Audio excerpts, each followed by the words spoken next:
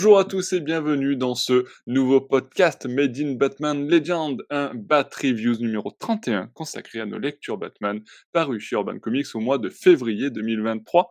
C'est Nico de Batman Legend et je suis accompagné par trois autres membres de la team avec Alexandra, Salut tout le monde! mais aussi Siegfried Salut à tous. et Benoît. Salut! Voilà, nous sommes ici réunis pour le mariage. Non, pardon. Nous sommes réunis pour parler de nos lectures Batman, comme je les disais tout à l'heure. Et on va entamer tout de suite ce podcast dans le feu de l'action avec un comics qui était quand même plutôt attendu. Et j'aimerais avoir ton avis sur celui-ci, Alexandra. C'est Batman The Knight. Parle-nous un petit peu de ce récit, écrit par Chip Zdarsky et illustré par Carmine Di Giandomenico. Oui, alors, Batman the Knight, c'est, un récit complet, un beau gros bébé quand même parce qu'on est sur, 312 pages et 30 €. Je le dis parce que ça fait un petit moment que j'avais pas lu des gros comics, notamment, au comics qui sort récemment sur le mois de mars, vu qu'on enregistre au mois de mars avec le Batman One Bad Day du Sphinx qui est d'une petitesse, à en rire. Là, du coup, j'ai vraiment pris un gros plaisir à lire un comics dense qui m'a vraiment pris, ouais, je pense, 2 ou 3 soirées et Donc, contrairement plus au c'est gros, titre plus c'est de plaisir à lire les récits et Batman.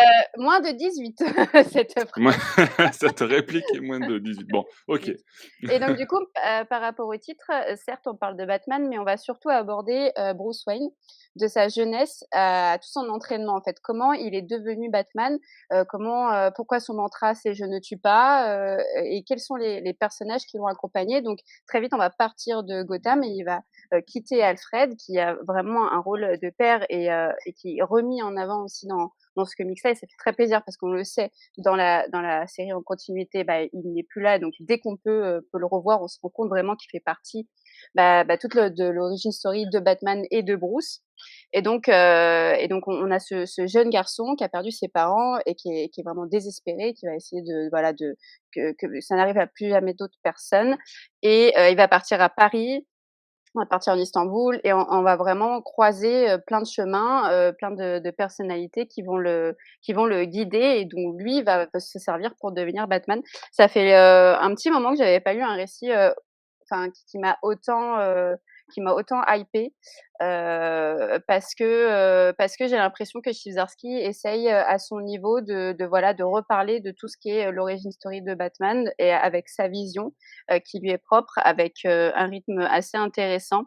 Ouais, moi je trouve que c'était très, très bon, que je conseillerais vraiment à des personnes, qui n'ont pas l'habitude de lire du Batman parce que pour le coup, il y a plein de petites refs. Alors, elles sont peut-être pas forcément, très subtiles, mais on comprend quand il fait alliance avec une voleuse, à Paris et qui lui apprend comment voilà être, rester discret pendant un cambriolage et cetera et que lui dit: «Bah, finalement, cette voleuse-là, je m'attache à elle parce qu'elle vole, que les riches, je vais faire attention à pas vraiment, dans ma carrière, en tout cas, capturer ou les voleurs ou les voleuses. Donc ça fait évidemment référence à Catwoman et donc il y a plein de voilà, de petites Ah merde, je racines croyais comme que ça. c'était les Green Lantern, pardon. Et oui, bah non, je ne pense Ah, pas qu'ils volent. Ouais, ils ont peut-être non, volé des non, bagues, non. Non, ils volent, mais pas, mais ils pas de volent. manière, Voilà, volée, de manière, vol basse. Oui, bien sûr, voler, ouais, ouais, c'est ça. exactement. On est sur un podcast de qualité ce soir, comme vous pouvez constater et donc ça,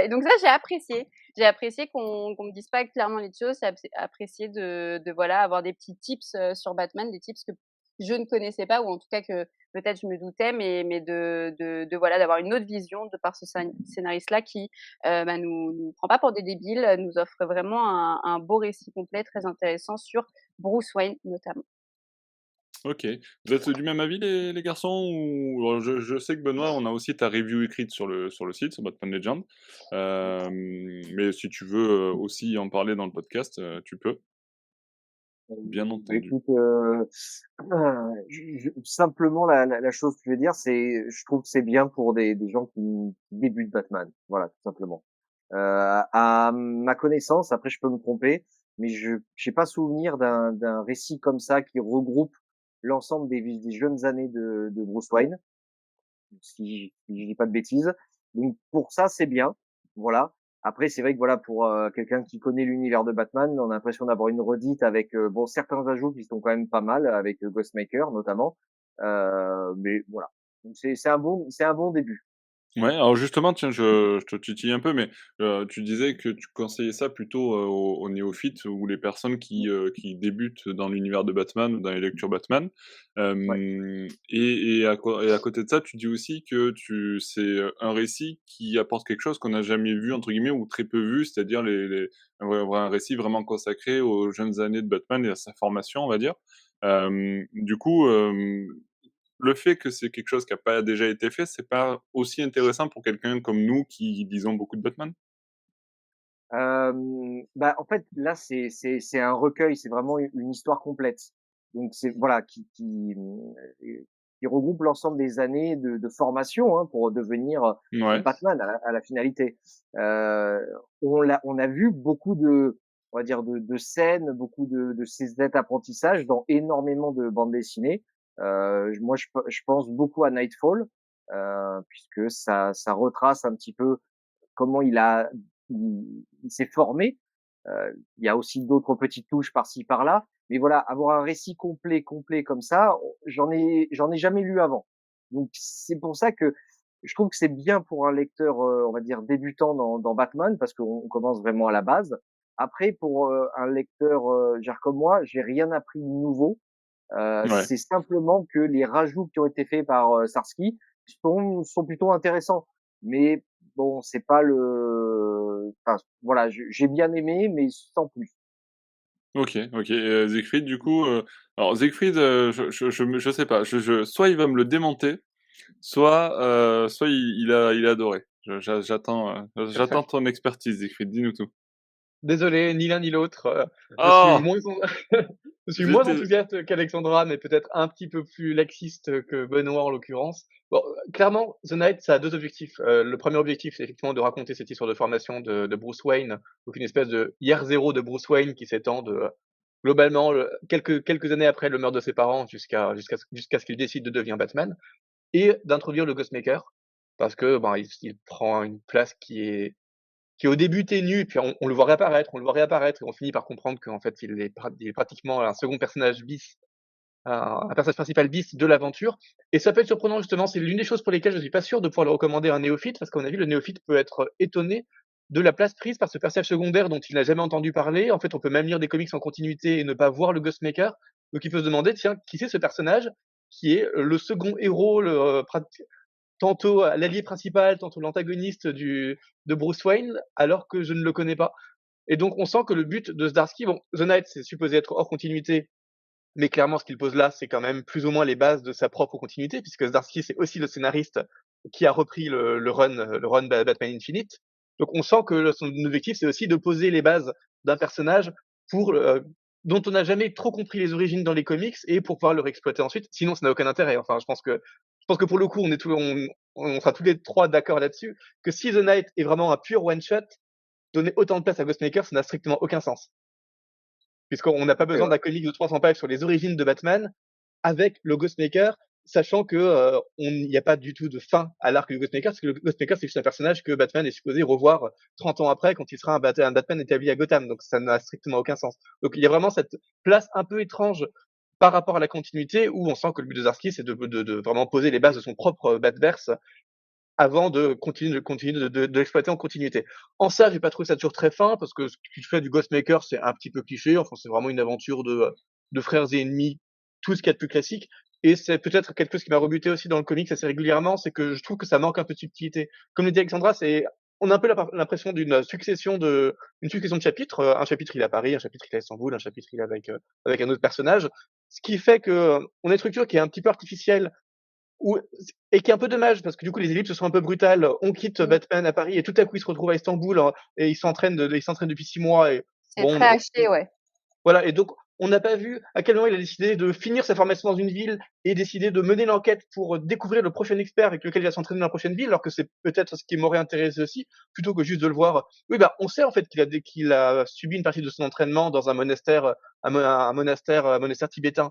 Donc nous le montrer directement dans le monastère tibétain, c'est nous montrer comment il y est arrivé, ben, c'est nous montrer quelque chose la partie qu'on sait déjà et pas la partie dont sur laquelle on aurait pu vouloir en savoir plus. Donc voilà, ça donne un côté haché et surtout ça empêche de vraiment se poser et ce qui est un petit peu dommage parce que ça empêche aussi de créer de l'alchimie avec les différents personnages parce qu'on sait que les personnages sont juste amenés à apparaître, temporairement sur quelques planches et à disparaître après sans plus jamais être mentionnés et c'est un petit peu bizarre et assez régulièrement je me suis dit: «Tiens, ça pourquoi est-ce que Ducard n'apparaît pas plus?» par exemple, ou même quand on voit Talia Al Ghul pendant un assez long moment et on ne ressent absolument aucune alchimie avec Talia parce que on ne prend pas le temps de se poser pour créer cette alchimie parce qu'il y a déjà trop de personnages, il y a déjà trop de choses à raconter.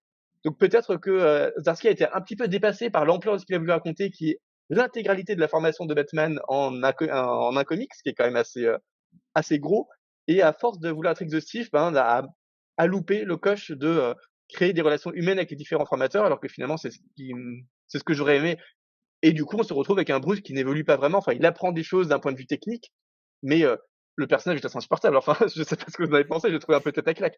Il n'a aucune maîtrise de soi et on se dit que Batman, une des choses qui le caractérise, c'est quand même que c'est quelqu'un qui a un sacré self-control. Mais là, du début à la fin, à chaque fois, il se laisse déborder par ses émotions. Donc on se dit, au début, c'est normal parce qu'il faut qu'il apprenne. Bon, il a vu 3 mètres, il a toujours pas appris. Il a vu 6 mètres, il a accumulé des échecs, mais il a toujours pas appris. Bon, peut-être qu'il y a un moment, il faut qu'il comprenne que la première chose qu'il doit faire, c'est apprendre la maîtrise de soi, surtout quand tout le monde le lui répète et qu'il continue de se laisser emporter à chaque micro-provocation. Donc c'est un peu dommage parce que c'est typiquement dans un récit de 300 pages qui se faisait raconter comment, l'orphelin devient le Dark Knight, enfin, du coup, toute l'étape où il est uniquement The Knight avant d'être The Dark Knight, ben, on s'attend à voir vraiment sa progression et on la sent pas trop. On voit qu'il apprend des choses, il apprend des techniques de combat, des techniques de camouflage, de ce genre de choses, mais on le voit pas vraiment apprendre intérieurement, à part, comme l'a dit Alexandra aussi, par des choses qui sont pas hyper subtiles. Enfin, typiquement la réplique sur j'ai beaucoup appris avec cette voleuse. Si un jour je rencontre d'autres jolies femmes voleuses, Mmh. je saurai voir qu'elles ont de bon cœur. Wink wink. Waouh! Pour à quel moment à si soit tu t'adresses à des gens qui connaissent pas Batman et du coup ça passe inaperçu, on se demande ce que ça vient faire là, soit tu t'adresses à des gens qui connaissent Batman et qui se disent: «Mais c'est gros», enfin, on sait que c'est un Year One, on a déjà vu que c'est une femme voleuse que Bruce Wayne rencontre quand il est jeune. On se doute bien qu'il y a des références qui vont être faites à Catwoman, c'est peut-être pas la peine de nous balancer en gros. Il parle de Catwoman, enfin voilà, pour moi, il y a vraiment un manque de finesse humaine et il y a un cahier des charges un petit peu gros qui aurait pu être délaissé. Si son but c'est de raconter une vraie histoire de Batman en formation, je pense qu'il aurait pu le faire en s'attachant davantage à la relation que Bruce Wayne avec chacun de ses formateurs et à la transition entre ces différentes étapes de formation pour vraiment voir Bruce Wayne évoluer et pas juste cocher toutes les cases de il faut introduire Ghostmaker, il faut montrer pourquoi Batman refuse les armes, il faut montrer pourquoi Batman va penser à Catwoman, il faut montrer quelle est la relation de Batman avec Alfred. Enfin, on a vraiment l'impression d'une cinquantaine de cases qu'il coche successivement et qui du coup font quelque chose qui n'est pas vraiment organique. Donc ça se lit bien. Effectivement, comme l'a dit Benoît, il y a assez peu de récits qui sont aussi complets sur toute la formation de Batman, mais je suis pas sûr que ça soit vraiment fondamental. Si vous ne connaissez pas Batman, bah, savoir comment il s'est formé, vous n'allez pas voir les petits easter eggs qui sont lancés pour parler de ce que Batman va devenir après, donc vous risquez de passer à côté du principal. Et puis, est-ce que c'est vraiment intéressant de savoir comment Batman s'est formé quand on ne connaît pas encore vraiment bien Batman? Je suis pas sûr. Et si vous connaissez déjà bien Batman, bah, vous aurez déjà deviné la plupart de ces choses. Et les choses que vous n'avez pas devinées parce qu'elles sont nouvellement racontées par Zdarsky, elles sont pas forcément passionnantes parce que vous aurez une succession de maîtres qui sont tous plus ou moins clichés, qui cachent plus ou moins des choses assez stéréotypées et assez évidentes. Enfin, c'est pas fondamental, ni dramatiquement, ni humainement, donc ouais, un peu en demi-teinte. Un peu en demi-teinte. Alors, on aurait eu un petit peu, plusieurs avis, très différents, mais qui se rejoignent quand même, finalement, assez dans le fait de dire que c'est pas forcément un indispensable, mais que c'est une lecture, plutôt sympa, quand même, malgré tout. Voilà, après, à prendre avec quelques pincettes, sur certains aspects. En tout cas, voilà, l'équipe a, plutôt aimé et j'aimerais, qu'on continue ce podcast avec une autre lecture. Une lecture, alors on parlait de Batman de Chip Zdarsky et bien justement, figurez-vous que, Chip Zdarsky, fait, maintenant aussi, dans la continuité, Batman et ça s'appelle Batman Dark City qui fait suite donc à Batman Infinite. C'est toujours dessiné par Jorge Jiménez. Je dis toujours par rapport à Batman Infinite, bien sûr, pas par rapport à Batman The Knight. Et cette fois-ci, je vais lancer la parole à Benoît pour qu'il nous parle un petit peu de ce récit. Qu'en as-tu pensé de ton côté?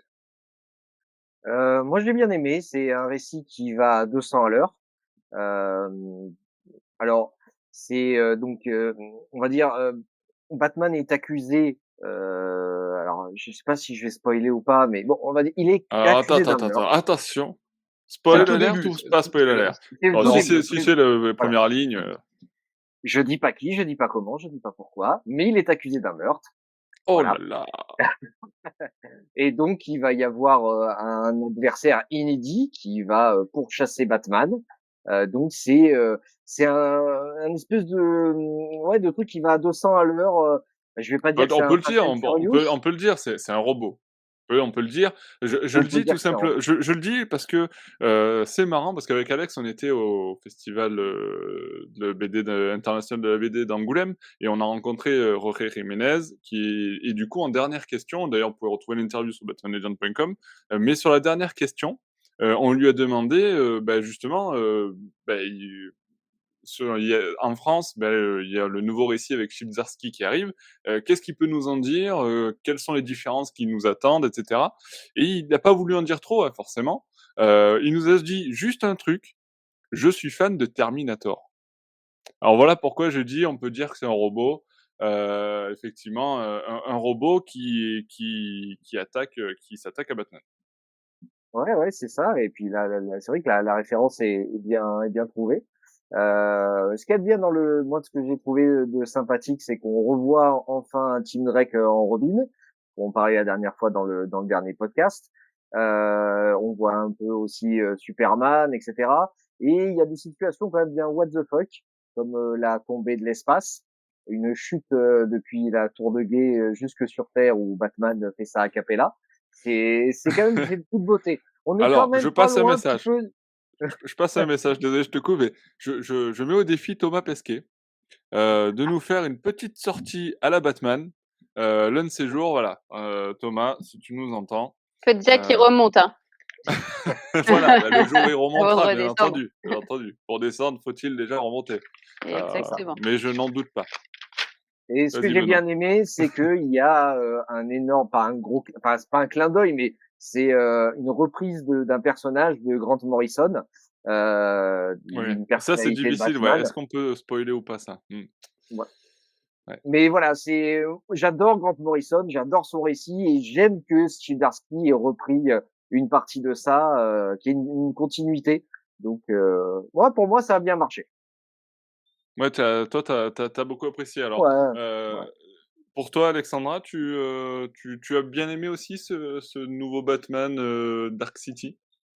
Oui, j'ai bien aimé. En fait, j'ai surtout aimé à partir de la 2e moitié, on va dire, enfin, quand Ouais. vraiment il y a un peu plus de, comment dire? De profondeur, que ce soit au niveau de Batman, que ce soit de Tim, mais la 1re partie, il y avait des facilités au niveau des scènes d'action. Comme tu disais très bien Benoît, ça allait très vite et du coup pour moi ça allait trop vite et j'avais un peu peur de revenir à ce qu'on avait typiquement dans les autres séries Infinite, sur le Batman où c'était, qu'un enchaînement d'actions avec plus ou moins un fil rouge mais qui est pas vraiment très clair, ou qu'en tout cas est trop facile. Donc là, c'était un petit peu le cas sur, pourquoi, Failsafe, donc le robot, s'attaque, à Batman et pourquoi il arrive à parer, tous ses coups. C'est là, oui, bon, d'accord, ouais, bon, c'est Batman, quoi. Et donc au final, après, j'ai l'impression qu'il y a une sorte de twist, je saurais plus le dire à partir de quand, je sais plus où j'ai noté ça, mais où, enfin voilà, il y a une relation qui est un peu plus logique entre Batman et Tim Drake et moins de questionnements un peu, émo gothique de Batman. Enfin au début, c'était que ça quoi. Et j'en ai marre en fait de: «Ah oui, je suis seul et solitaire, mais en même temps je veux faire le bien, mais en même temps j'aime Gotham, mais en même temps j'aime pas Gotham». Ah c'est bon, j'ai compris en fait, ça fait, 20 comics que c'est ça et j'étais là en mode: «Ah zut!» parce que justement comme tu le dis bien, Nico, on a rencontré, Rory Jiménez, on a rencontré, voilà, James Ellsworth qui est un homme je sais plus s'il en avait parlé, mais et puis même le succès américain fait que je me dis: «Waouh, ils sont tous, hyper, enthousiastes, de ce titre-là».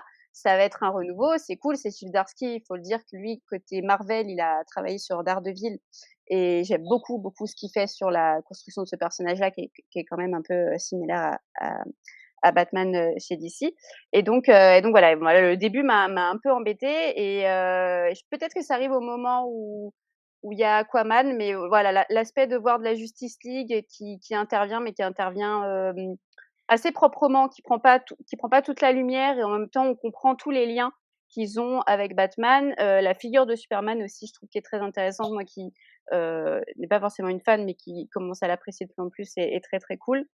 Ouais et puis Il y a il y aussi a une ouais. activité parallèle avec Catwoman, qui part en enquête aussi de son Ouais, côté-là, qu'il faut alors pas ça, c'est les l'oublier. backups, ouais, effectivement, qui sont insérés dans l'ouvrage, Ouais, et effectivement, dans les backups, on a une autre histoire, totalement parallèle, mais à du coup, l'histoire c'est bien principale, ouais. parce que ça Mmh. donne de la respiration aussi, à un titre qui finalement est une guerre entre, le Batman et le Falstaff. Je dis pas pourquoi les autres n'arrivent pas à le battre et du coup, c'est plutôt intéressant. Vraiment là et puis je trouve il y a une très belle conclusion. J'ai bien aimé comment ça s'est clôturé, où j'ai fini le bouquin, j'ai dit: «OK, c'est cool». J'ai du coup très, très hâte de voir, la suite. Ouais, ouais, je te rejoins sur le fait qu'au début, c'est, moins plaisant et au fur et à mesure de la lecture, on apprécie de plus en plus la lecture, j'ai l'impression. Enfin, Mmh moi, mh. c'est aussi l'effet que Ouais. j'ai eu, hem, mais et toi, Siegfried, qu'en as-tu pensé? Non, je suis assez d'accord avec ces impressions, c'est parce à mon avis, les postulats sont vraiment pas bons et quand on voit cette succession de postulats qui sont pas bons, bah, on se dit: «Mince, on revient à tous les travers de ceux qui ont précédé Zdarsky, comment est-ce qu'on peut espérer que son run soit meilleur?» Enfin, déjà Mmh. cette idée que Batman a tué Alors quelqu'un, que alors que on nous, l'a déjà on vu dans voulait le que ce soit Hutch, le scénariste, à la base. bien sûr. Bon, voilà, bref. Tu tu tu tu tu. Bah, bref, vas-y, Déjà vas-y dé Siegfried. déjà déjà l'idée que Batman tue quelqu'un, c'est quelque chose qu'on a déjà vu. En plus, en l'occurrence, il est supposé avoir tué un super vilain notoire dans une chambre d'hôpital, donc un lieu où il est supposé y avoir 25 caméras.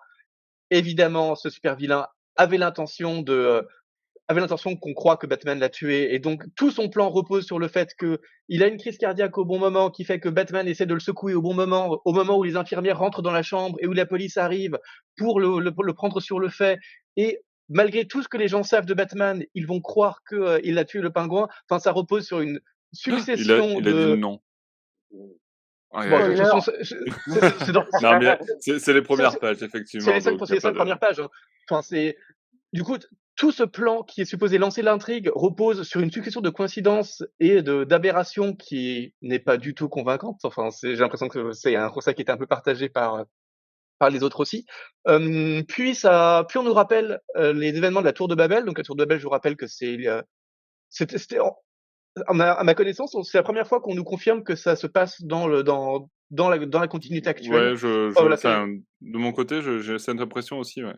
il y a peut-être des références, enfin, c'est la première fois que c'est vraiment confirmé. On nous Ouais. dit, on nous rappelle que Batman, à une époque, avait établi un logiciel, où il avait noté comment vaincre chacun des super-héros et évidemment, ça avait été détourné notamment par une IA qui, du coup, avait profité de cette base de données pour vaincre les super-héros et ce qui avait mené à l'éviction de Batman de la Justice League parce qu'on ne pouvait pas garder quelqu'un qui se méfiait à ce point de ses partenaires dans l'équipe.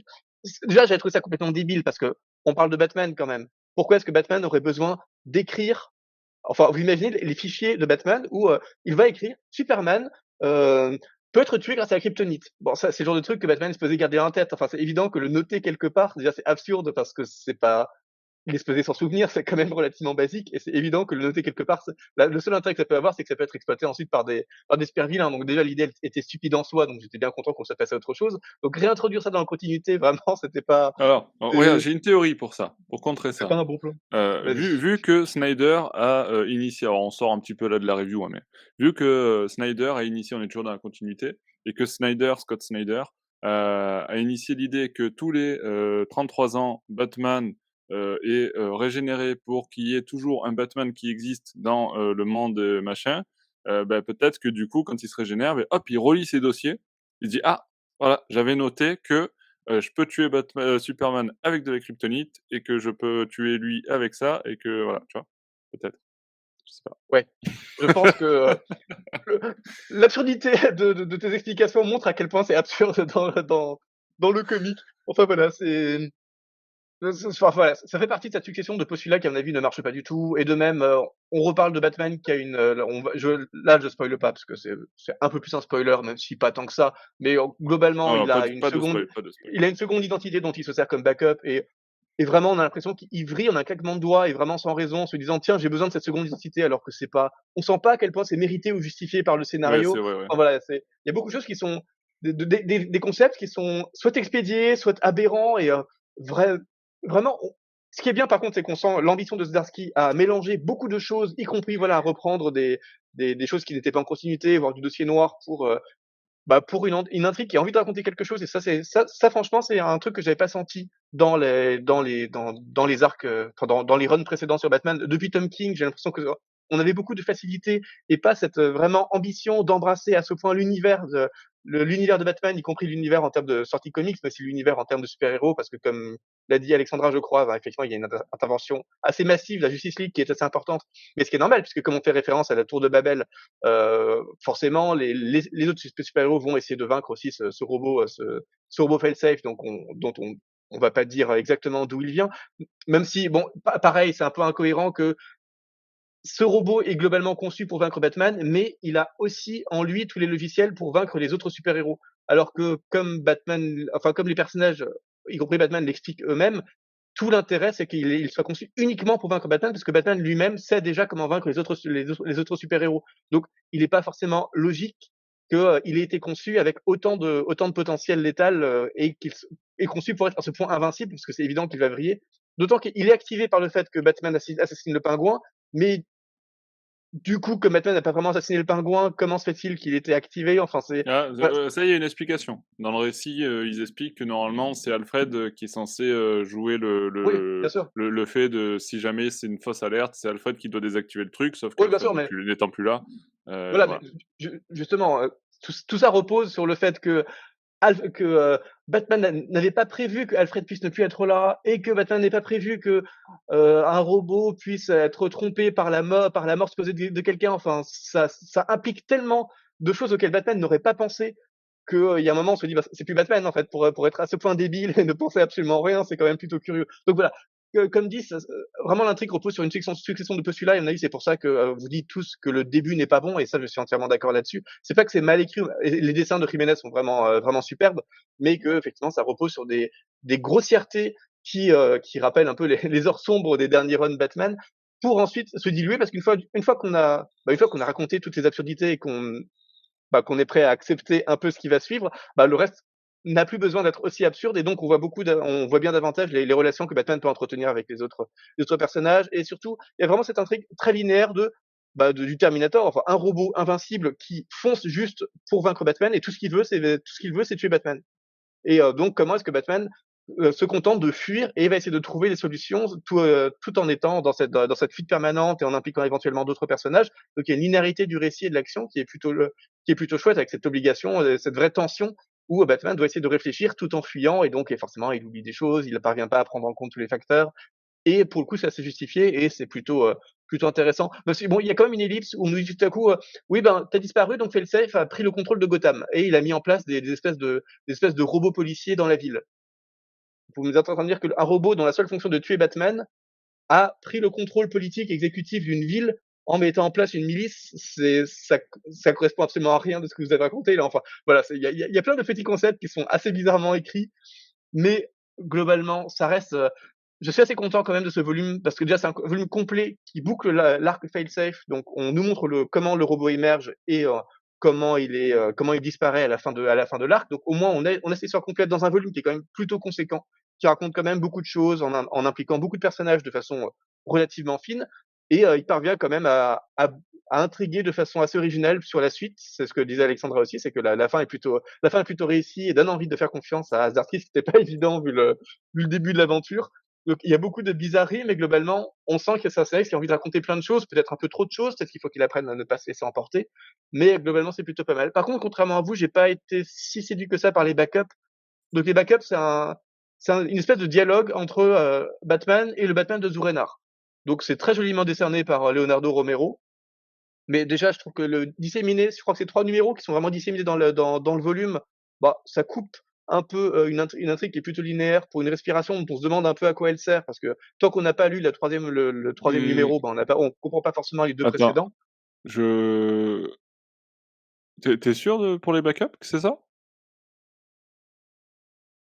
Parce que les backups, Heu, alors je peux me tromper, mais c'est plutôt, Catwoman qui recherche les héritiers de Penguin et ensuite, le Joker qui, non? Je dis des bêtises? non, non, non, non, j'en suis sûr. Tu vérifieras, mais Bah, attends, ça s'appelle même Backup Batman, scénarisé par Zdarsky, dessiné par Leonardo Romero, couleurs de Jordi Belair, c'est et vous avez eu ça aussi, les autres? Ou Attends, parce que du coup, ça fait un moment que je l'ai pas lu.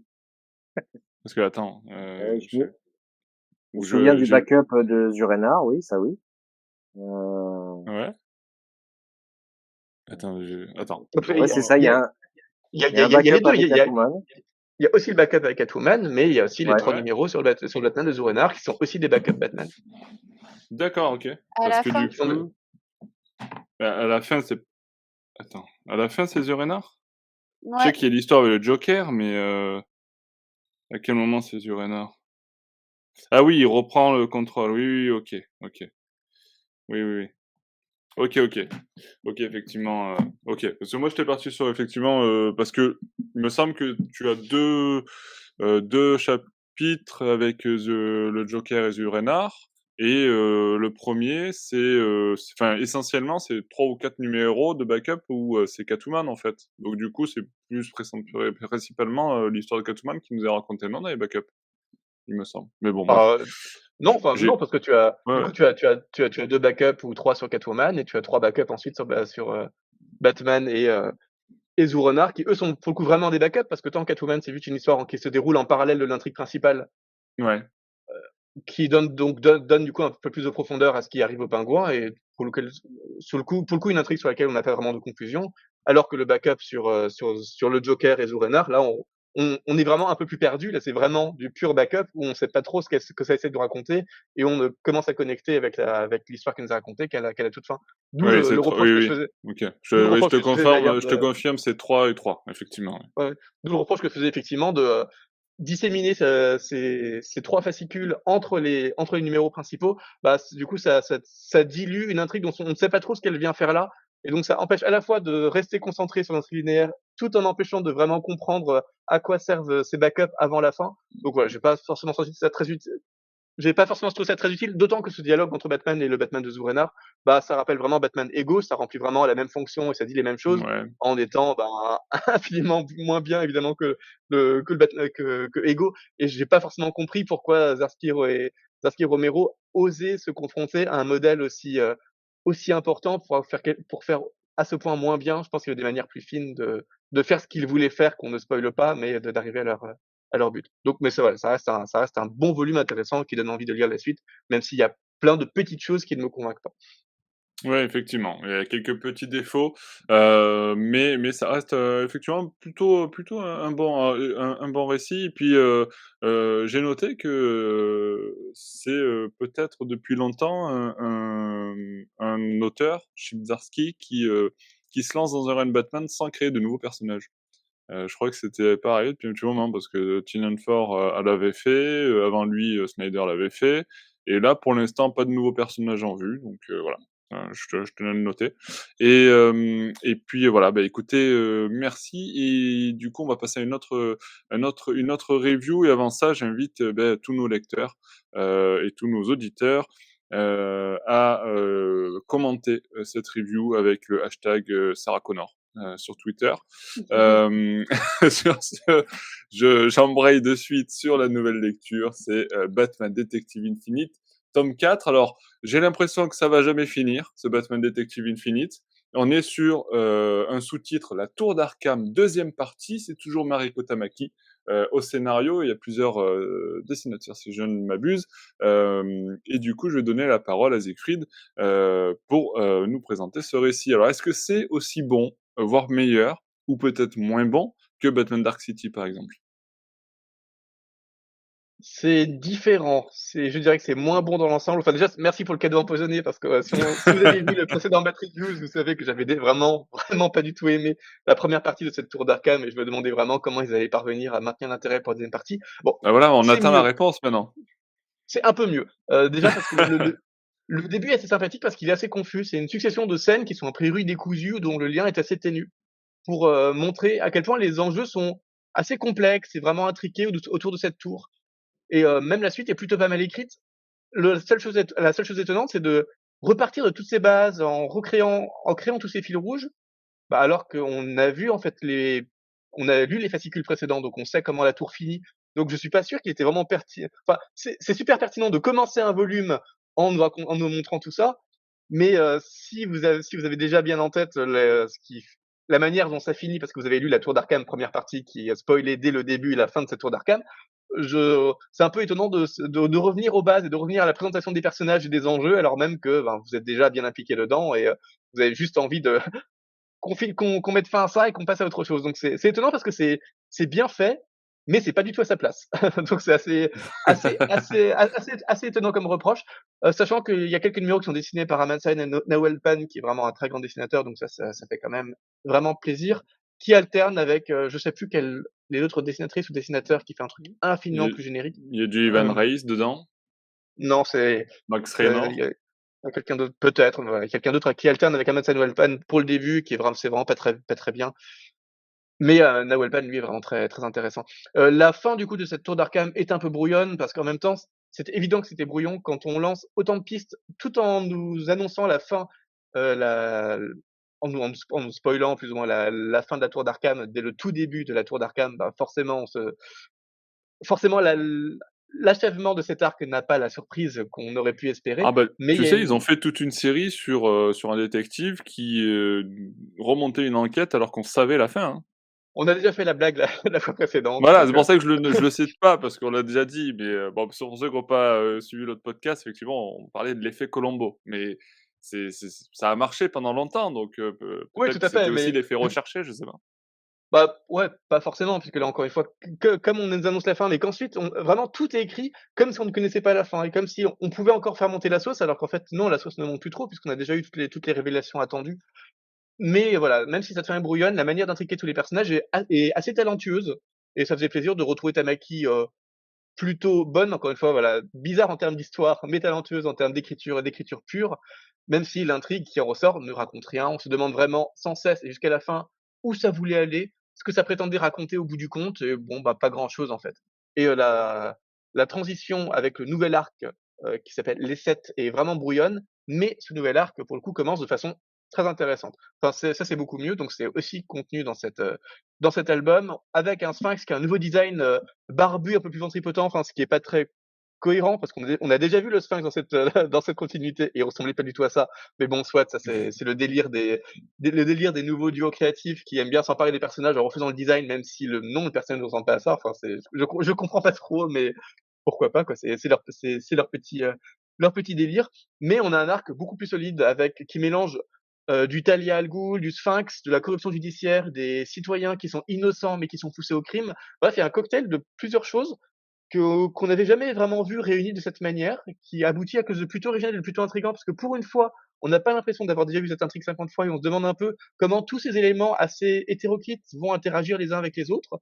Et bien qu'il y ait du coup beaucoup de petits ingrédients, ils sont concoctés dans un récit qui est relativement linéaire et qui fonctionne vraiment bien. La conclusion est à demi-teinte, mais il y a un message de fin qui est plutôt réussi, donc c'est la première fois que j'ai dans ce run, que j'ai l'impression que Tamaki a compris quelque chose d'assez subtil sur le Batverse. Jusque-là, Ah, je la trouvais vraiment en pilote automatique, voire, vraiment mauvaise, notamment au début de son run. Là, j'ai l'impression qu'elle a compris quelque chose et qu'elle arrive à appréhender quelque chose assez finement, donc c'est bien que ça arrive maintenant. Il était temps que ça arrive, mais, bon, pourquoi pas, hein, après tout, je trouve que Snyder ou, enfin, certains des précédents scénaristes avaient vraiment été très bons aussi à la toute fin de leur run, donc c'est bien de comprendre, à un moment peut-être pas donné, Snyder, du coup. si les tout derniers numéros de Snyder étaient beaucoup plus fins que ce qui précédait. Mais voilà, donc c'est bien de voir que Tamaki comprend quelque chose de Batverse, maintenant. Espérons que du Ouais. coup ça annonce plutôt du bien, du bon pour la suite. Et donc il y a une troisième partie à ce volume. Donc après la conclusion de la Tour d'Arkham, et ce début des 7, il y a House of Gotham, la suite.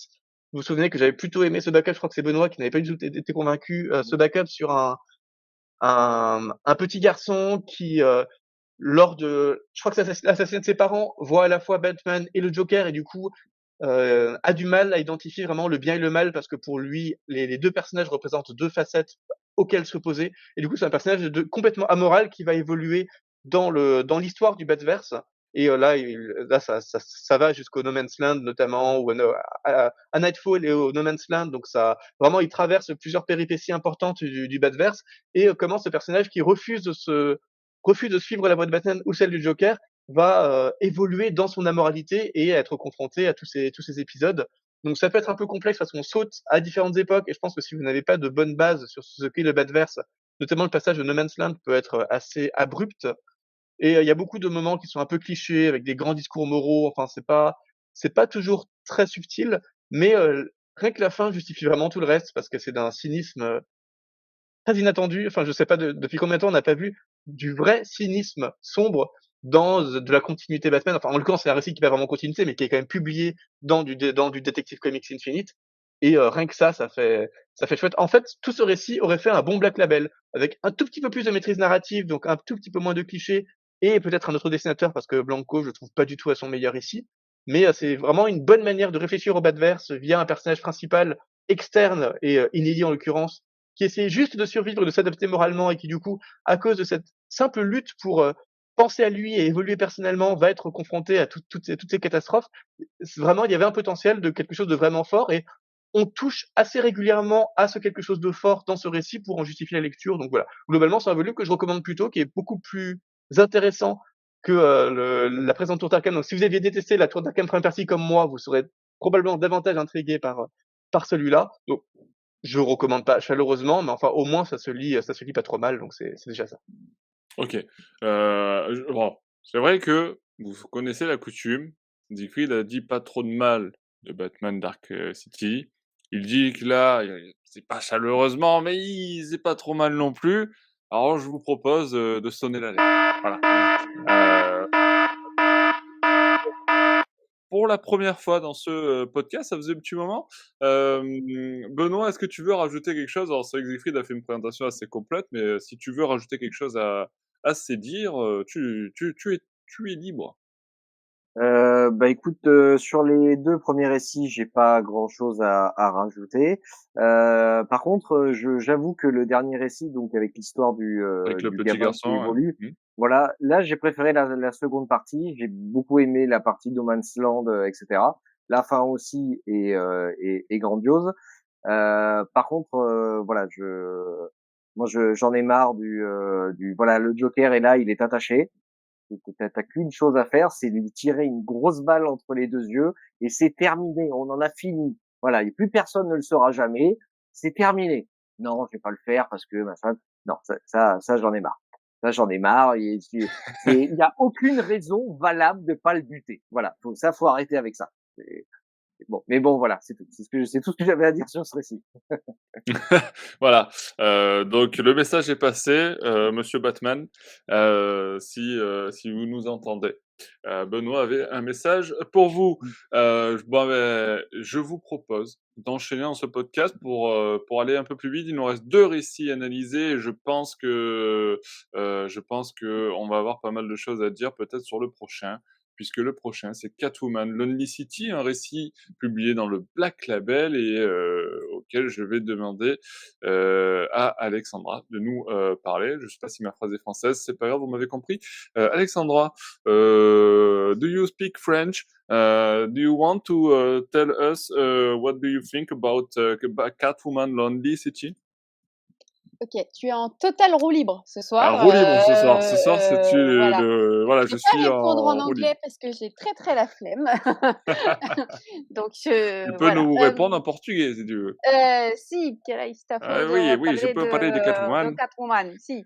Si. Donc Catwoman Lonely City, c'est Cliff Chiang qui est et au scénario et au dessin Ça, et c'est une bonne nouvelle. c'est un peu une tendance en ce moment. Il y avait ça du côté de chez Marvel avec l'histoire d'une vie où on a les personnages qui Ah, vieillissent on en a fait dit tout qu'on au long parlait du pas de récit. Marvel, Tu arrêtes de Alexandra. me couper, ouais, laisse-moi finir. C'est fou ça. Il est incroyable ce garçon. et on a ça aussi du côté de chez DC. On a eu Rogue, qui est l'histoire, qui est l'histoire des Lascars qui, pareil, ont pris 15 ans dans la gueule. Et ben là, c'est pareil. Catwoman, Ah, elle a 15 ans? passé 10 ans. Ils ont vieilli quoi? J'ai pas la date exacte. C'est la dernière fois que tu me coupes, sinon je descends à Marseille pour t'enlever ta Regarde, question. regarde, regarde, hop, je me mets en mute. Et du coup, Catwoman, elle a passé 10 ans dans la prison de Blackgate. Ça, je vous dirai pas pourquoi, mais à sa sortie, elle a 55 ans. Et entre-temps, il y a beaucoup de choses qui ont évolué. Si elle, elle a 55 ans, il faut savoir que du coup, toute la galerie de vilains a aussi vieilli. Ils ont pris des chemins de vie différents. Et il y a une ville aussi qui a évolué sur Gotham, qui a évidemment, il y a un nouveau maire qui est Harvey Dent, et il y a la politique des masques qui sont tombés. Donc ça, c'est un scénario qu'on a déjà eu dans un autre récit, mais là, c'est 10 000 fois mieux fait. Donc on a les Bad Cops qui sont là un peu pour contrôler, les habitants et évidemment faire régner, la peur parce que, bah, c'est pas un spoil, mais la personne qui protégeait Gotham City, n'est plus là et on Elle a arrive vieilli à aussi avoir ou pas? Elle a il est beaucoup vieilli. il est plus là.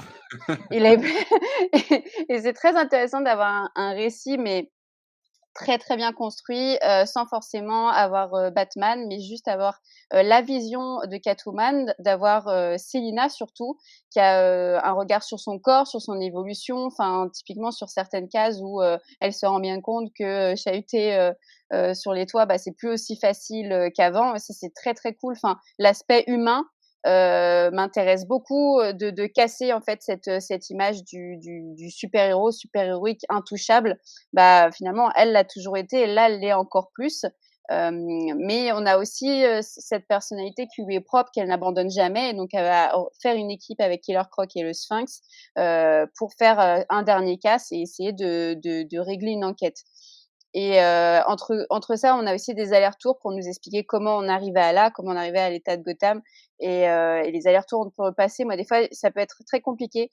Je trouve, les backups, si c'est mal joué, tu as vite, d'avoir mal à la tête, et là, c'est pas du tout, c'est très, très bien fait pour mieux comprendre encore la situation présente. C'est une très bonne écriture. Il y a un beau mélange entre l'action et le mystère, avec, une enquête, et on n'a pas tout de suite les clés comme on disait sur le Batman The Knight où tu avais des choses qui étaient très évidentes et qui te sautaient au visage. Là, tu mets du temps à comprendre où on veut t'emmener, en tout cas pour moi.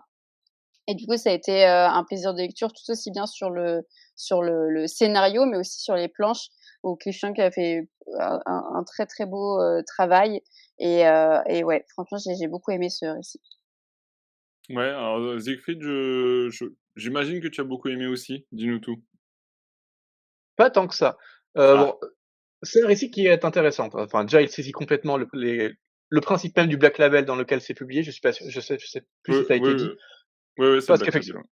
parce qu'effectivement, on a un récit qui est complet et qui prend vraiment toutes les libertés qu'il faut par rapport à la continuité pour, avoir un traitement qui est pas forcément attendu des personnages. Pour le coup, c'est pas un spoil, hein, les personnages qui meurent parce que c'est littéralement le début du 4e de couverture. C'est: il y a 10 ans, le massacre connu sous le nom de Nuit du Fou coûta la vie à Batman, Nightwing, Gordon et au Joker et envoya Catwoman derrière les barreaux. Donc c'est vraiment le tout début. Donc effectivement, on est dans un monde sans ses protecteurs. Un concept qui évidemment rappelle énormément, The Dark Knight Returns, puisqu'on a toujours ce personnage qui revient après s'être absenté pendant 10 ans dans une, ville désormais gouvernée par une espèce d'état totalitaire, et on a régulièrement ce récit régulièrement ponctué d'interviews télévisées qui rappellent un peu les positionnements politiques des différents personnages. Enfin, on a beaucoup de procédés qui rappellent, l'écriture de Miller, avec beaucoup moins de finesse puisque bon, politiquement, c'est quand même assez fade. D'ailleurs, c'est un de mes gros reproches, face à ce Catwoman Lonely City, c'est qu'on ne comprend pas trop ce que Dent vient faire là. Clairement, le personnage qu'on voit là, c'est pas Harvey Dent, en fait. Ça aurait pu être n'importe qui, y compris un personnage anonyme. Ça aurait été exactement pareil. On sent qu'il fallait juste Dent parce que c'est mieux de prendre un super-vilain connu comme maire de la ville que d'inventer un nouveau personnage, parce que ça donne davantage l'impression de profiter du Batverse. Mais en l'occurrence, il n'a aucune plus-value, et tout ce qu'il propose en tant que maire et toute sa manière de procéder en tant que maire n'a pas vraiment de sens par rapport à qui est supposé être Harvey Dent. D'ailleurs, il y a pas mal de choses bizarres. Par exemple, l'un des fils rouges du récit, c'est que Dent veut exproprier les habitants de Crime Alley, contre une compensation de misère, pour bâtir un stade. Bon, pourquoi est-ce que Dent veut un stade? Ça, c'est juste parce que c'est enfin, on sait pas trop. Ce à quoi son opposante à la mairie aux prochaines élections, municipales, qui est Barbara Gordon, s'oppose. Parce qu'évidemment, Barbara Gordon, elle, soutient plutôt les minorités qui habitent encore Clay Valley et qui ont pas du tout envie d'être expropriées pour cette politique de gentrification. Et du coup, Barbara est soutenue par les habitants défavorisés. Et ces habitants défavorisés, pour montrer leur opposition à Dent, vont mettre un masque de chat pour rappeler Catwoman. Sauf que Catwoman à aucun moment n'a été impliquée dans la défense des opprimés dans cet album. Enfin, c'est pourquoi pas un masque de Batman puisque c'est Batman qui est mort et que tout le monde sait désormais que Batman est associé à Crime Alley. Enfin, ça aurait beaucoup plus de sens. Non, c'est vraiment juste pour rappeler que c'est Catwoman l'héroïne du récit, mais en fait, ça n'a rien à voir avec Harvey Dent, ça n'a rien à voir avec Catwoman, ça a à peine à voir avec Barbara Gordon, ça a à peine. Enfin voilà, c'est beaucoup de. Pour moi, je m'y suis un peu attardé parce que c'est assez symptomatique, comme on a dit, de facilité du récit qui en fait n'ont pas grand sens parce que Cliff Chang essaie vraiment d'essayer de créer un univers unifié et du coup, il peine un peu parce qu'il y a beaucoup de choses qui auraient mérité d'être davantage diffuses ou écrites autrement. Ou voilà, il ne veut pas introduire de nouveaux personnages, il ne veut pas introduire trop d'idées dans son récit, ce qui est tout à fait à son honneur. Mais du coup, ça fait que, il y a plein de fois où on se demande pourquoi. Et j'aime pas trop me demander pourquoi dans un récit qui, au contraire, essaye d'afficher une grande simplicité et linéarité. De même, il y a des personnages qui vont apparaître ensuite pour aider Selina. Bon, là, on sent que c'est un peu Cliff Chiang qui se fait plaisir en introduisant des personnages qu'on n'attend pas du tout aux côtés de Selina. Pourquoi pas? Cette dimension un peu absurde qui rappelle une idée, un peu des idées à Suicide Squad, quoi. C'est vraiment l'idée de créer un team-up totalement inattendu. Je trouvais que ça crée un décalage humoristique qui n'était pas vraiment cohérent avec le reste, mais que certains peuvent apprécier, pourquoi pas. Il y a des personnages qui meurent aussi. Euh, Pareil, j'ai trouvé que ces morts n'avait pas vraiment d'impact émotionnel et qu'il y avait plus un but pour Cliff Chiang de dire: «Regardez, c'est du Black Label, je tue mes personnages, regardez, je suis un scénariste qui ose faire des trucs». Mais finalement, comme ces morts sont faites sans charge émotionnelle, on voit plus le scénariste qui est dans son délire de tuer des personnages que vraiment l'importance dramatique que ça devrait avoir dans le récit. Enfin voilà, il y a plein de choses que j'ai trouvé surécrites. D'autant que, finalement, dans un récit qui est peut-être original, voilà, ça rappelle beaucoup de choses qu'on a déjà vues, même Dent était déjà central dans Earth One, par exemple. Du coup, on pense assez régulièrement à tous les effets de décalage qu'on avait pu voir dans Batman Earth One de Geoff Jones. Bon, la police armée privée, on a déjà vu, et en l'occurrence, elle est tellement sous-exploitée qu'on sait à se demander vraiment ce qu'elle vient faire là. Tout le discours prétendument politique est tellement light que oser se confronter à Miller en le citant explicitement, ça paraît juste complètement décalé. D'autant que comme Catwoman n'est pas porteuse elle-même des enjeux politiques, bah, ça fait que les enjeux politiques sont portés par d'autres personnages dans un récit consacré à Catwoman. Enfin, voilà, ça crée beaucoup de flou. Et toute la deuxième partie, enfin, disons le troisième tiers, qui se cantonne à des scènes d'action entre des personnages qu'on n'attendait pas forcément là, est un peu brouillonne. Ça s'achève d'une façon, bon, évidemment, je spoile pas, mais Non, pas de extrêmement. spoil. Ouais, il y a une énorme facilité pour la conclusion autour de Harvey Dent. Il y a un côté un peu déceptif autour de ce qu'est ce projet Orpheus. Pareil, je vous dis pas, je ne vous en dis pas plus, mais pour le coup, il y a un côté déceptif qui est volontaire de la part de Cliff Chiang, de à la rigueur, pourquoi pas. Je trouve ça toujours intéressant de décevoir le lectorat quand c'est conscient et volontaire et que c'est vraiment porteur de nouveaux enjeux assez forts. Mais là, je trouve que c'est un peu fait par-dessus la jambe, un peu. Si vous lisez un peu trop vite, vous pouvez manquer la case où on explique tout ce côté déceptif et tout ce qui est supposé avoir d'intéressant. Donc ça ne rend pas forcément à Batman tout l'intérêt qu'il est supposé avoir. Enfin voilà, j'ai pas personnellement réussi à ressentir d'unité derrière ce mélange d'humour, de nostalgie, de drame, et finalement, voilà, ça m'est apparu comme très gentil, ce qui est paradoxal pour un récit qui est supposé être, nostalgique et assez dramatique et assez complet. Et voilà, moi, ça m'est paru assez gentil, hem, dans un comique qui se veut à message, mais qui, en fait, pose très platement ses enjeux politiques, exposés artificiellement et de façon très répétée. Enfin, c'est assez verbeux, les personnages qui affichent leurs revendications politiques d'une manière dont personne ne les afficherait dans la vraie vie, et en plus en répétant qu'un seul et même chose pour être sûr que ça passe auprès du lecteur. Il y a quelques jolis moments quand même d'écriture, notamment d'écriture sur la vieillesse. Effectivement, c'est ce que disait Alexandra. Sentir cette Catwoman vieillissante qui a mal au genou, qui a mal au dos quand elle essaie de faire ses pirouettes, et tout le monde le sait parce que tout Gotham sait que Selina Kyle a été Catwoman et que donc cette personne et qu'elle est sortie de prison. Donc tout le monde, y compris les super vilains qui la connaissent, y compris Dent, savent de quoi elle n'est plus supposée être capable.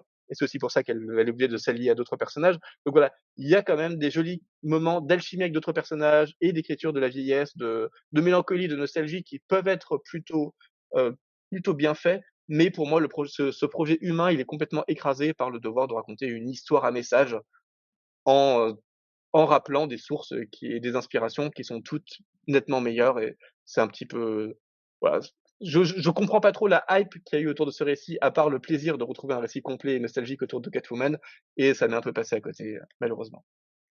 Bon, bah, vous l'aurez compris, pas d'alerte Siegfried. Alexandra était plutôt enthousiaste sur ce récit, Siegfried plutôt moyen, hein, pour ne pas dire moins.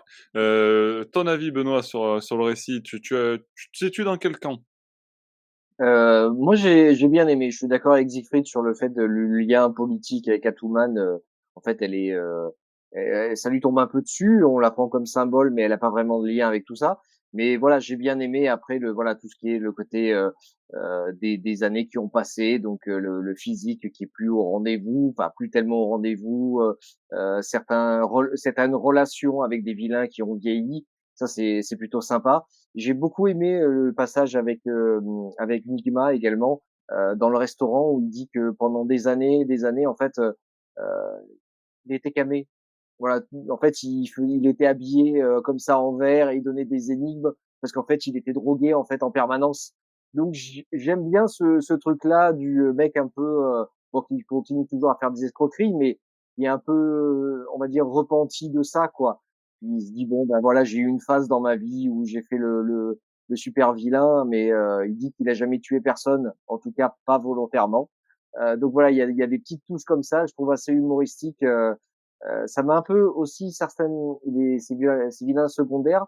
Je sais pas pourquoi, mais ça m'a un peu fait penser à la série Harley Quinn avec voilà Ouais. ces méchants qui sont un peu à côté de la plaque ou qui ont un peu vieilli, etc. Voilà. Non, je sais pas, j'ai une bonne un bon feeling sur ce récit. Ouais, ouais, bah, c'est vrai qu'il a plutôt des bons avis, de manière générale. Après, bon, bah, les reproches de Siegfried sont aussi justifiés, tout dépend, toujours pareil, où est-ce que tu situes un petit peu tes attentes par rapport aux différents récits et je pense que ça se joue aussi, à ce niveau-là donc bah, comme toujours, n'hésitez pas à lire et lire, comme dirait notre ami, Comy, lire, vos comics et puis vous faire vos propres avis. Je sais que, Aliénor prépare, une review écrite, du récit qui sera publiée bientôt sur Batman Legends. Ça vous donnera peut-être aussi un autre, avis sur ce récit et je vous propose d'enchaîner avec la dernière lecture, de ce podcast. Elle se concerne la Suicide Squad, sous le nom de Blaze plutôt, je pense.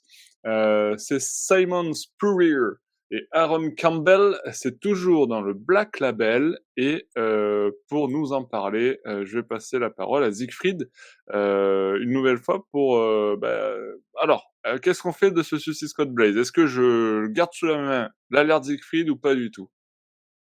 Oui, tu peux garder sous la main l'alerte Siegfried, pour le coup, c'est vraiment c'est vraiment le comic qui m'a convaincu sur moi et enfin, du coup, je suis un peu surpris parce que c'est vrai qu'en voyant tous ces retours positifs sur l'Unicity, je m'attendais à l'adorer et tous ces retours plutôt mitigés sur Blaze, je m'attendais à effectivement l'apprécier moyennement, d'autant que Spurrier, c'est quelqu'un qui est capable du meilleur comme de choses moins bonnes. Donc, mmh, voilà, je partais avec quelques appréhensions et finalement, j'étais tout à fait séduit, presque conquis par ce récit qui donc se trouve dans le Black Label et ça fait plaisir. Enfin, vous avez senti régulièrement, je pense, dans nos critiques de comics du Black Label, que assez souvent, cette appartenance au Black Label paraît quand même un peu gadget, parce que soit c'est edgy, mais pour être edgy, mais sans rien raconter de particulier, soit c'est même pas si edgy que ça n'a juste rien à faire là. Enfin, c'est le Black Label, au début, autant on était vraiment convaincus. D'ailleurs, on avait fait, je crois, un live sur le Black Label pour le présenter au début, et on parlait un peu de tout notre enthousiasme autour de cette collection. Et au fur et à mesure, ben, ça s'est un petit peu effrité à cause des sorties qui étaient un peu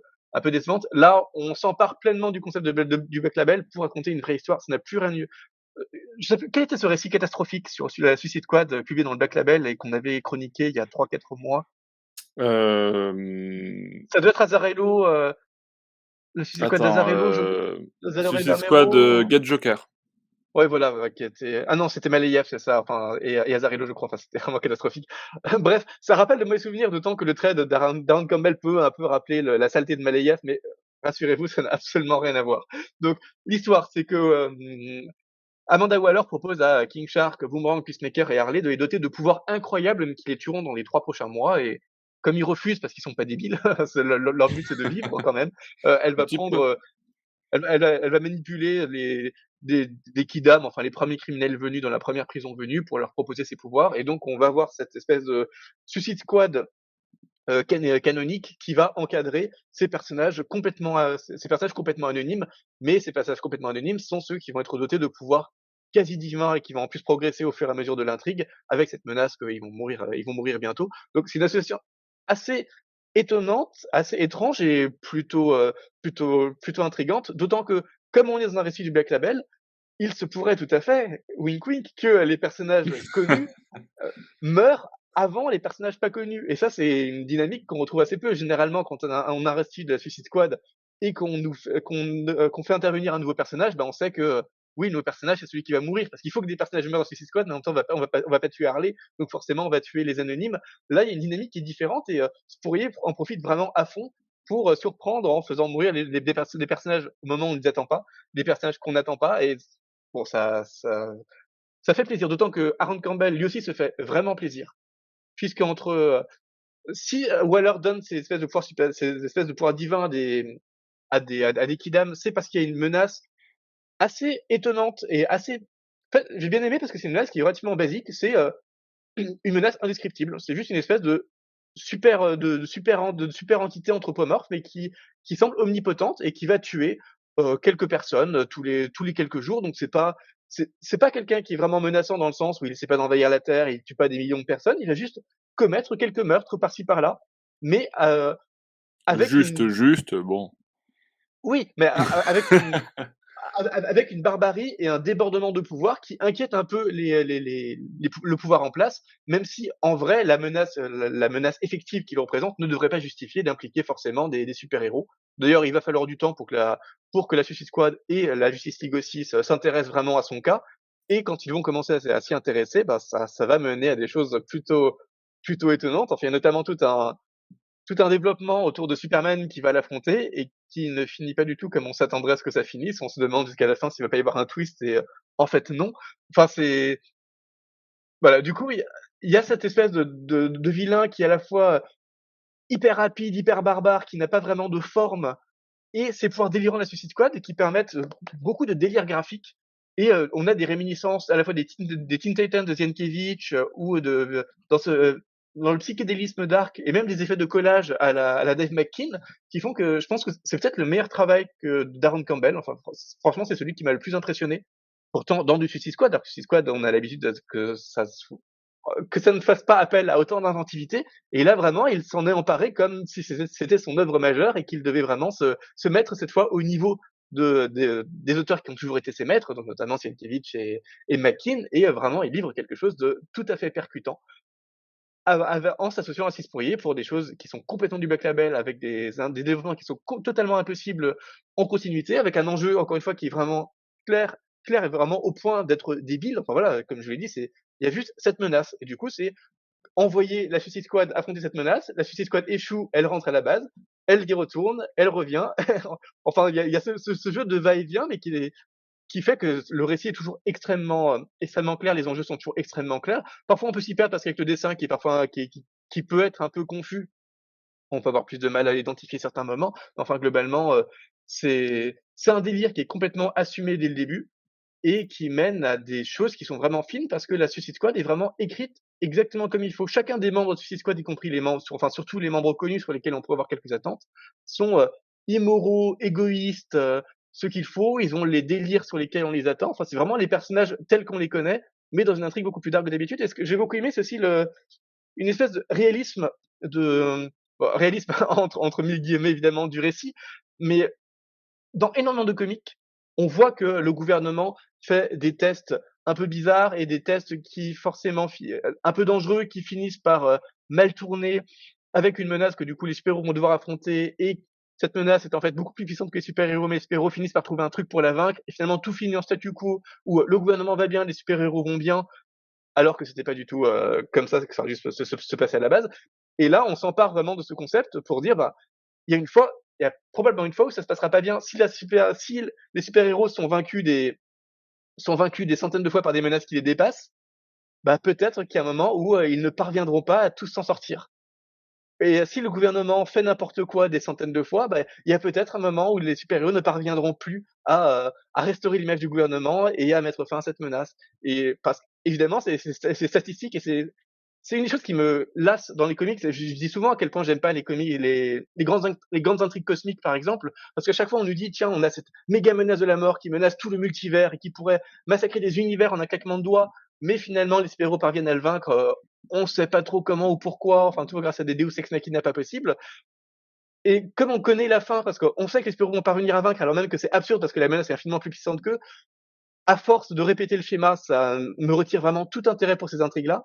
Et là, on arrive sur quelque chose de, bah oui, il y a un moment où ça ne peut plus marcher. Il y a un moment où cette potentialité d'échec, il faut qu'elle soit actualisée parce que sinon on n'y croit plus. Et le Black Label, c'est le parfait moment pour évidemment exploiter cette potentialité. Et il fallait un duo créatif vraiment très fort pour bien porter cette histoire. Et Six Fourier, donc quelqu'un qui vient l'indépendant, enfin ses grandes histoires, même s'il a fait beaucoup de X-Men, sa grande histoire récente, c'est Coda qui est vraiment qui est assez exceptionnel. Saison 200 aussi, je crois, qui m'avait moins convaincu. Enfin voilà, c'est quelqu'un qui vient vraiment de l'indépendant et qui vient des histoires qui sont dark, sans concession, assez violentes, sans compromis. Et allié à Ron Campbell, vraiment, il livre quelque chose qui peut être Totalement extrêmement barbare. compatible avec Suicide Squad. Voilà, complètement. Et ça fait juste tellement longtemps qu'on n'a pas vu de Suicide Squad qui soit écrit et dessiné par des gens qui utilisent à fond le concept de Suicide Squad. Que voilà, c'est vraiment une lecture que je recommande. Si vous aimez la Suicide Squad, vous allez totalement la reconnaître. Et même si vous aimez juste les comics, ils sont dessinés d'une façon un peu dérangeante. Et cette idée qu'enfin on retrouve le Black Label déconseillé au moins de 18 ans, qui va au fond de ses concepts, parce qu'il permet à ses auteurs de se développer créativement exactement comme ils le souhaitent. Si vous cherchez ce plaisir-là chez DC Comics et étiez frustré de ne pas le trouver, là vous allez le retrouver. Donc c'est vraiment un comics que je recommande assez chaleureusement pour rien que voir enfin des auteurs qui s'éclatent sur du comic, quoi. Ça faisait longtemps. C'est bête, mais ça faisait longtemps. C'est bête, mais ça faisait longtemps. Alexandra, quand il se passe ce qui vient de se passer maintenant, qu'est-ce qu'on fait? Ah, Et qu'est-ce qu'on fait de quoi? elle m'a cassé mon lancement. Elle m'a cassé mon lancement parce que moi, je voulais lancer l'alerte Siegfried. Ah! Voilà. J'ai pas compris.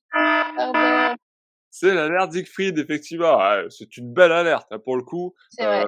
On en a, des fois, il faut que j'aille la chercher, l'alerte. Tu vois, il faut que c'est du travail au corps. Je travaille à Siegfried pour essayer de chercher une alerte. Et puis, bah, alors là, elle est servie sur un plateau magnifique et inattendu, je vous l'avoue.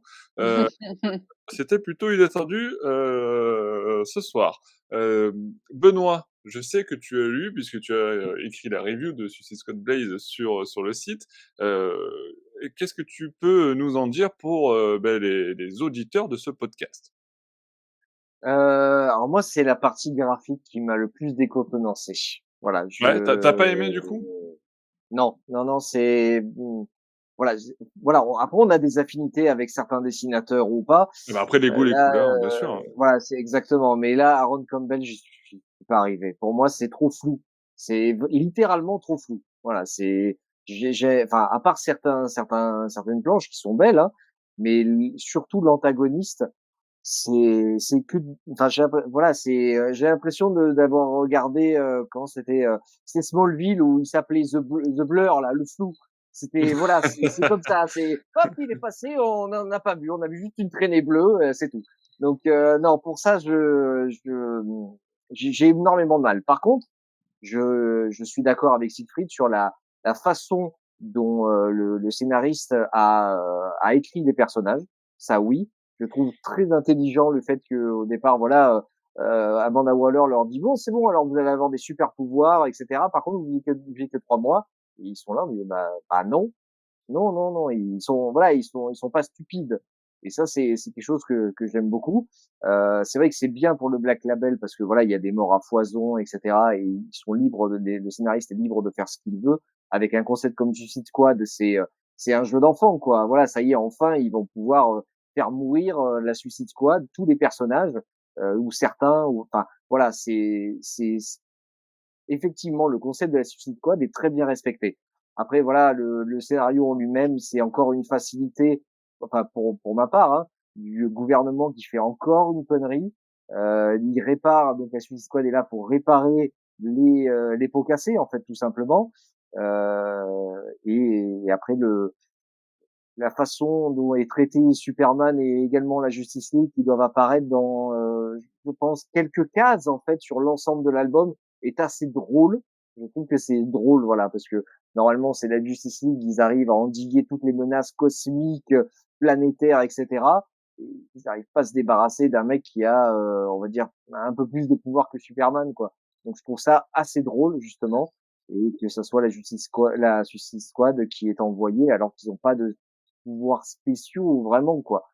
Donc c'est voilà. Mais au point de vue global, ouais, j'ai eu énormément de mal à le lire quoi, énormément. Ça a été un peu laborieux au niveau du dessin. OK, OK. Beh, écoutez, très bien. Je vois que tu es voilà, on pourra pas sonner, d'alerte Benoît, sur ça. Non. D'ailleurs, il y en a pas. Mais, on en prévoira une peut-être si tu veux Benoît un jour. Mais tu sais, ça se mérite, hein, ça se mérite. Je comprends. Mais sur ce, les amis, je crois qu'il est temps, de mettre fin à ce podcast. Merci encore une fois à tous les 3 d'avoir participé à ce, podcast. Merci à tous ceux qui nous ont écoutés ou regardés jusqu'au bout. N'hésitez pas à nous donner vos avis sur les récits évoqués dans ce podcast sur les réseaux sociaux, sur Facebook, sur Instagram, sur Twitter, sur batmanlegend.com, comme d'habitude, sur YouTube, en dessous de la vidéo, si vous nous regardez sur YouTube. N'hésitez pas à lâcher votre pouce bleu si vous le voulez. Et puis, je vous donne rendez-vous très bientôt pour de nouvelles aventures de Batman. Ciao, ciao, ciao. Salut tout le monde! Salut Allez. tout le monde.